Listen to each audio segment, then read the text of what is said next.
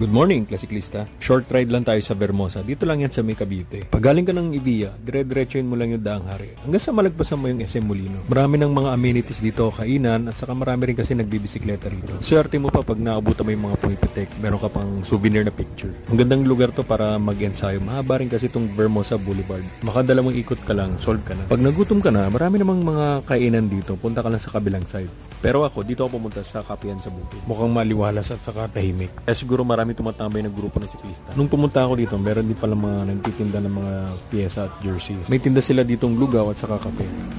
Pagkatapos kong kumain, umikot lang din ako. Chinek ko lang din sa mapa kung paano yung palabas uli ng Daang Hari.